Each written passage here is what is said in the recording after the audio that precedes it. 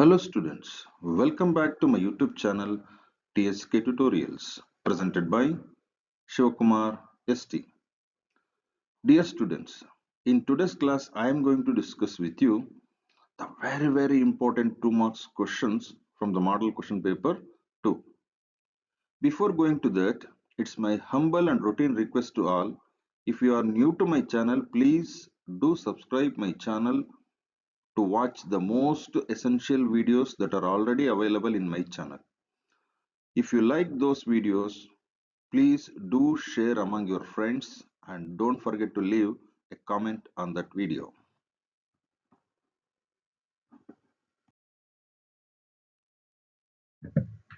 Let's see the very first question. What made the Americans complain against the children of Rio en Medio? Rio en ಮೀಡಿಯೋದ ಮಕ್ಕಳ ವಿರುದ್ಧ ಅಮೆರಿಕನರು ದೂರು ನೀಡಲು ಕಾರಣವೇನು ಅಂತ ಪ್ರಶ್ನೆ ಕೇಳಿದ್ದಾರೆ. The answer is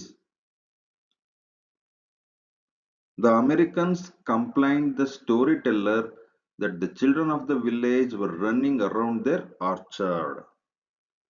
ಅಂದ್ರೆ ಹಳ್ಳಿಯ ಮಕ್ಕಳು ತಮ್ಮ ಹಣ್ಣಿನ ತೋಟದ ಸುತ್ತ ಓಡಾಡ್ತಾ ಇದ್ದಾರೆ ಅಂತ ಅಮೆರಿಕನರು ಕತೆಗಾರನಿಗೆ ಏನ್ ಮಾಡ್ತಾರೆ, ದೂರನ್ನ ನೀಡ್ತಾರೆ.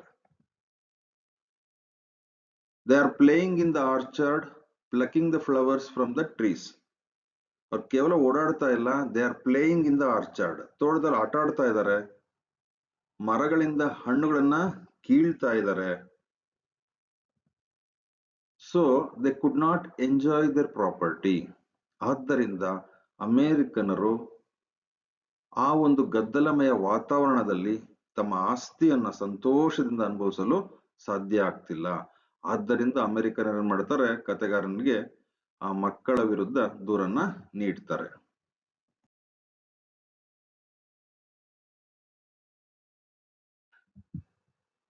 Let's move to the next question. What distinguished qualities of Dr. Ambedkar made Nehru to choose him as the first law minister of independent India? ಅಂದ್ರೆ ನೆಹರು ಅವರು ಅಂಬೇಡ್ಕರ್ ಅವರಲ್ಲಿ ಯಾವ ವಿಶಿಷ್ಟ ಗುಣಗಳನ್ನ ಗುರುತಿಸಿ ಗಮನಿಸಿ ಅದನ್ನ ಪರಿಗಣನೆಗೆ ತೆಗೆದುಕೊಂಡು ಅವರನ್ನ ಸ್ವತಂತ್ರ ಭಾರತದ ಮೊದಲ ಕಾನೂನು ಸಚಿವರನ್ನಾಗಿ ಆಯ್ಕೆ ಮಾಡ್ತಾರೆ ಅಂತ ಪ್ರಶ್ನೆ ಕೇಳಿದ್ದಾರೆ.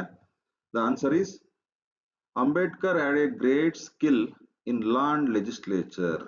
ಅಂದ್ರೆ ಅಂಬೇಡ್ಕರ್ ಅವರಿಗೆ ಕಾನೂನು ಮತ್ತೆ ಶಾಸಕಾಂಗದಲ್ಲಿ ಅಪಾರ ಪಾಂಡಿತ್ಯವನ್ನ ಹೊಂದಿದ್ದರು. He had the vision of social justice. ಅವರಿಗೆ ಸಾಮಾಜಿಕ ನ್ಯಾಯದ ದೃಷ್ಟಿಕೋನ ಇತ್ತು. He was fighting against social injustice. ಸ್ವತಃ ಡಾಕ್ಟರ್ ಬಿ ಆರ್ ಅಂಬೇಡ್ಕರ್ ಅವರೇ ಸಾಮಾಜಿಕ ಅಸಮಾನತೆಯ ವಿರುದ್ಧ ಹೋರಾಡ್ತಾ ಇದ್ರು. Nehru recognized all these points and made him as the first law minister. Nehru ಅವರು ಈ ಎಲ್ಲ ಅಂಶಗಳನ್ನ ಗುರುತಿಸಿ ಅಥವಾ ಪರಿಗಣನೆಗೆ ತೆಗೆದುಕೊಂಡು ಅವರನ್ನ ಮೊದಲ ಕಾನೂನು ಸಚಿವರನ್ನಾಗಿ ಆಯ್ಕೆ ಮಾಡ್ತಾರೆ.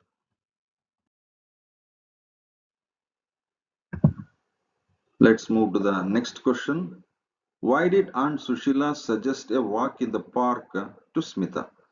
Aunt Sushila ಅವರು ಸ್ಮಿತಾಳಿಗೆ ಉದ್ಯಾನವನದಲ್ಲಿ ಒಂದು ರೌಂಡ್ ವಾಕಿಂಗ್ ಹೋಗ್ಬಾ ಅಂತ ಒಂದು ಸಜೆಷನ್ ಕೊಡ್ತಾರೆ. ಏಕೆ ಅಂತ ಪ್ರಶ್ನೆ ಕೇಳಿದ್ದಾರೆ. The answer is Smita was feeling bad as her brother was too sick to attend the concert. ಸ್ಮಿತಾಳ ಸಹೋದರ ಅನಂತ್ ಅನಾರೋಗ್ಯದಿಂದ ಬಳಲ್ತಾ ಇರ್ತಾನೆ. ಅದರಿಂದ ಅವನು ಕಾನ್ಸರ್ಟ್ಗೆ ಅಟೆಂಡ್ ಆಗ್ಲಿಕ್ಕೆ ಸಾಧ್ಯ ಆಗಲ್ಲ. ಇದರಿಂದ ಆಕೆ ತುಂಬಾ ಬೇಸರಗೊಂಡಿರ್ತಾಳೆ. ಇನ್ನೊಂದು ಆಕೆಯ ಬೇಸರಕ್ಕೆ ಕಾರಣ ಏನಪ್ಪಾ ಅಂದ್ರೆ she could not able to take him with ಹರ್.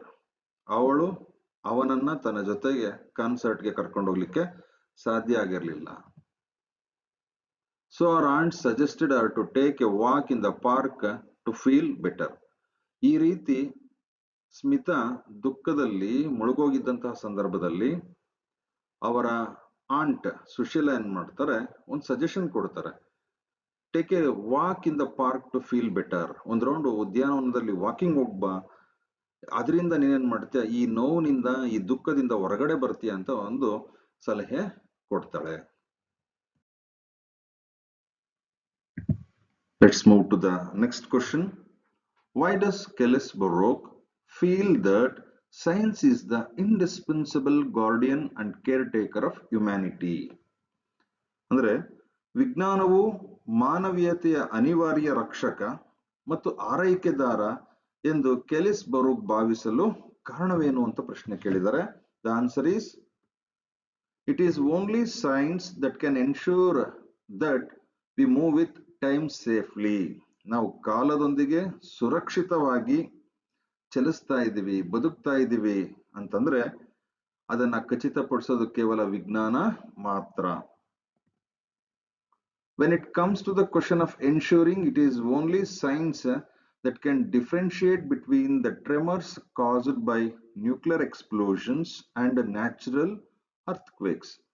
ಇನ್ನು ಸುರಕ್ಷತೆಯ ಪ್ರಶ್ನೆ ಅಂತ ಬಂದಾಗ ಪರಮಾಣು ಸ್ಫೋಟದಿಂದ ಉಂಟಾಗುವಂತಹ ಕಂಪನಗಳು ಮತ್ತೆ ಸ್ವಾಭಾವಿಕವಾಗಿ ಭೂಕಂಪನದಿಂದ ಉಂಟಾಗುವಂತಹ ಕಂಪನಗಳ ನಡುವೆ ಇರುವಂತಹ ವ್ಯತ್ಯಾಸವನ್ನ ತಿಳಿಸೋದು ಕೇವಲ ವಿಜ್ಞಾನ ಮಾತ್ರ. It is science that can give us new sources of energy, new mineral deposits and efficient defense from terrorism. ವಿಜ್ಞಾನವು ನಮಗೆ ಹೊಸ ಹೊಸ ಇಂಧನಗಳ ಮೂಲಗಳನ್ನ ಮತ್ತೆ ಹೊಸ ಖನಿಜ ನಿಕ್ಷೇಪಗಳನ್ನ ಮತ್ತೆ ಭಯೋತ್ಪಾದನೆಯಿಂದ ಸಮರ್ಥ ರಕ್ಷಣೆಯನ್ನ ನೀಡುತ್ತೆ.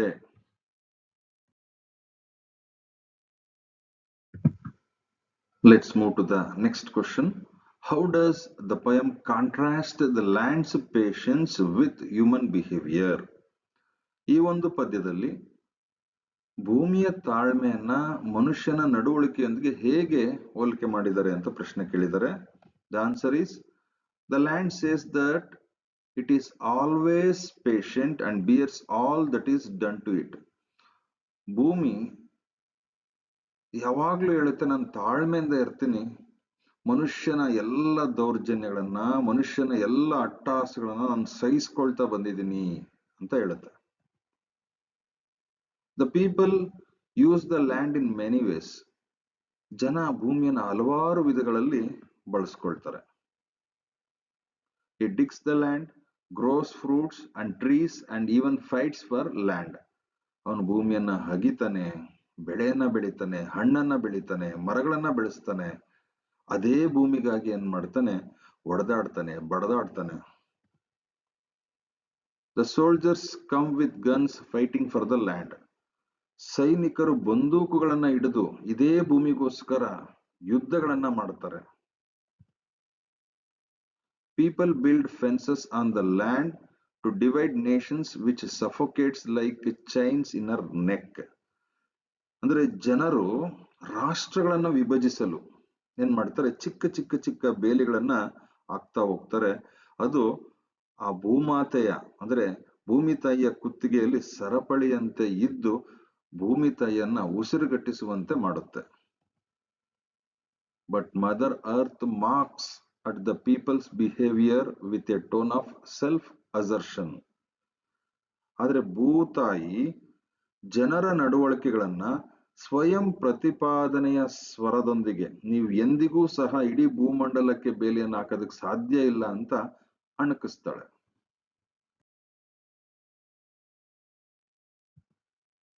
Let's move to the next question. How was the visit of Patil the sub-inspector helpful to Mohan's family? ಸಬ್-ಇನ್ಸ್ಪೆಕ್ಟರ್ Patil ರವರ ಮೋಹನ್ ಮನೆಗೆ ನೀಡಿದ ಭೇಟಿಯು ಅವರ ಕುಟುಂಬಕ್ಕೆ ಹೇಗೆ ಸಹಾಯಕವಾಯಿತು?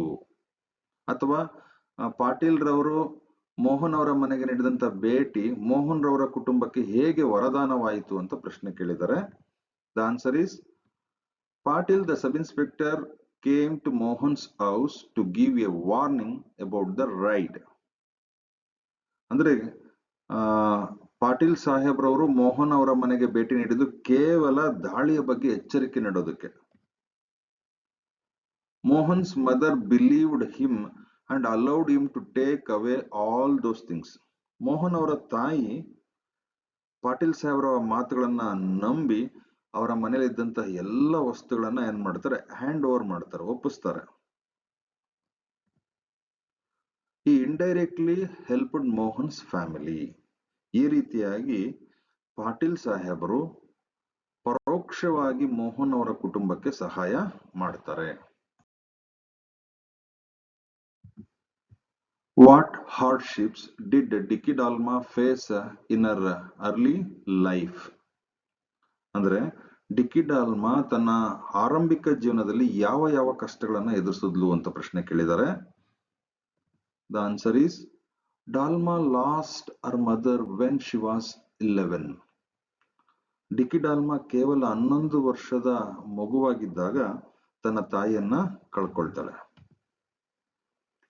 She lost her elder brother to her father was bedridden. ತನ್ನ ಅಣ್ಣನೂ ಸಹ ಡಿಕ್ಕಿ ಡಾಲ್ಮಾ ಬಹಳ ಬೇಗನೆ ಕಳ್ಕೊಳ್ತಾಳೆ. ಮತ್ತೆ ಅವರ ತಂದೆ ಅನಾರೋಗ್ಯದಿಂದ ಹಾಸಿಗೆ ಹಿಡ್ದಿರ್ತಾರೆ.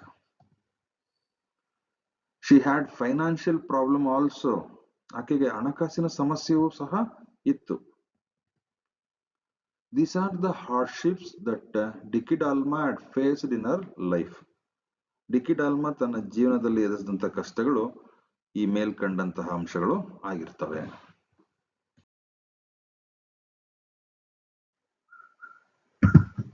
Let's move to the next question. How was Hanif able to keep himself cheerful throughout? Hanif ತನ್ನ ಜೀವನದುದ್ದಕ್ಕೂ ಸಹ ಶಾಂತಚಿತ್ತದಿಂದ ಸಂತೋಷದಿಂದ ಇರಲಿಕ್ಕೆ ಹೇಗೆ ಸಾಧ್ಯ ಆಯಿತು ಅಂತ ಪ್ರಶ್ನೆ ಕೇಳಿದ್ದಾರೆ. The answer is Hanif deeply interested in art is sketched well. ಹನೀಫ್ಗೆ ಕಲೆ ಬಗ್ಗೆ ಬಹಳಷ್ಟು ಆಸಕ್ತಿ ಇತ್ತು, ಮತ್ತೆ ಅವನು ತುಂಬಾ ಚೆನ್ನಾಗಿ ಚಿತ್ರಗಳನ್ನ ಬಿಡಿಸ್ತಾ ಇದ್ರು. He made beautiful cards out of waste materials. ಅವರು ತ್ಯಾಜ್ಯ ವಸ್ತುಗಳಿಂದ ಬಹಳ ಸುಂದರವಾದಂತಹ ಗ್ರೀಟಿಂಗ್ ಕಾರ್ಡ್ಗಳನ್ನ ಮಾಡ್ತಾ ಇದ್ರು. He read books and loved playing drums. ಅವರು ಹೆಚ್ಚು ಹೆಚ್ಚು ಪುಸ್ತಕಗಳನ್ನ ಓದ್ತಾ ಇದ್ರು, ಮತ್ತೆ ಡ್ರಮ್ ಅನ್ನ ಬಾರಿಸೋದನ್ನ ತುಂಬಾ ಇಷ್ಟಪಡ್ತಾ ಇದ್ರು. ಸೊ ಈ ರೀತಿಯಾಗಿ ಹನೀಫ್ ಬಹಳ ಸಂತೋಷದಿಂದ ಕಾಲವನ್ನ ಕಳೀತಾ ಇದ್ರು.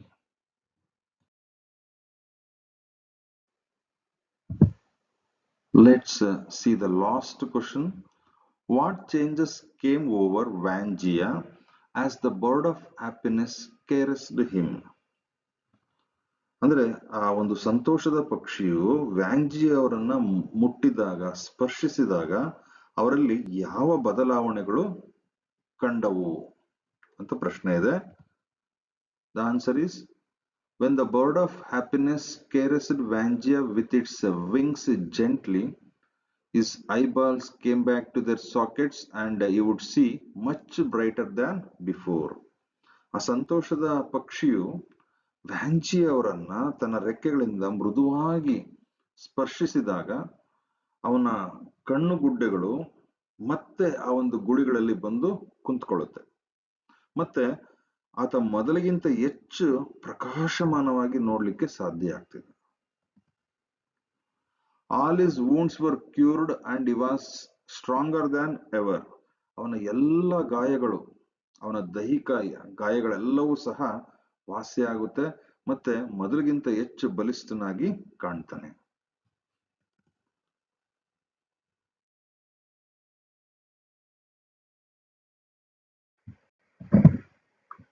By this, I wind up today's class. If you like this video, please do comment on this video and share among your friends. Thank you for watching this video.